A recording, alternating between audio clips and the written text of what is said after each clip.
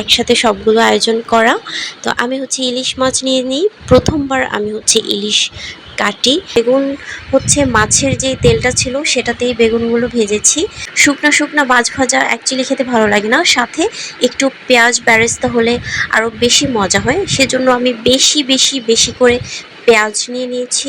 And এই সবগুলো পেঁয়াজও আমি হচ্ছে সরিষার তেলের মধ্যেই ভাজি। প্রত্যেকটা মরিচ দেখতে কত লোভনীয় লাগছে, গরম ভাতের সাথে বা পান্তার ভাতের সাথে মানে একদম জমে যাবে। হে গাইস, আসসালামু আলাইকুম। সবাইকে নববর্ষের অনেক শুভেচ্ছা। নববর্ষের জন্য হচ্ছে আমাদের টিম থেকে আয়োজন করা হয়েছে, অ্যান্ড আমি হচ্ছে সব রান্নাবান্না করছি। কিছু আমি নিয়েছি অ্যান্ড বাকিরা কিছু নিয়েছে দায়িত্ব। তো আমার ঘাড়ে আমি বেশি করে নিয়েছি যেন আমি নিজের মতো একটু করতে পারি। অ্যান্ড আমার খুবই শখ ছিল একসাথে সবগুলো আয়োজন করা। তো আমি হচ্ছে ইলিশ মাছ নিয়ে নিই। প্রথমবার আমি হচ্ছে ইলিশ কাটি, কারণ আমি ইলিশ মাছ কখনোই কাটি নাই। অলওয়েজ আম্মু কাটতো বা বাজার থেকে কেটে আনতাম। তো সেজন্য ভাবলাম একটু নিজে কাটি। অ্যান্ড কাটার পর আমি সেটাকে ভালো করে ধুয়ে পরিষ্কার করে নিই অ্যান্ড প্রসেসিং করে তেলে ভেজে নিই। তো এই তো এখন আমি হচ্ছে বেগুন ভাজবো। ইলিশের সাথে বেগুন ভাজাটা জাস্ট অসাধারণ লাগে।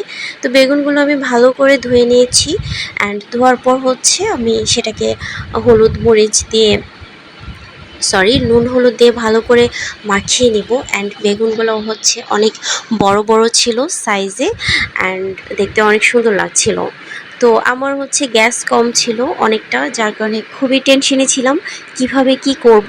বাট ফাইনালি আমি সবগুলো অ্যারেঞ্জমেন্ট করতে পারি। তো এদিকে হচ্ছে মাছ ভাজা কমপ্লিট, আমি সবগুলো মাছ উঠিয়ে নিয়েছি। অ্যান্ড সাথে হচ্ছে আমি লেজ দিয়ে হচ্ছে ভর্তা করব, আর বাকিগুলো মাছ হচ্ছে সবাই মিলে ভাজা খাবো। আর এই তো এতগুলো মাছ হয়েছে, আর এখন আমি বেগুনগুলো ভেজে ফেলবো।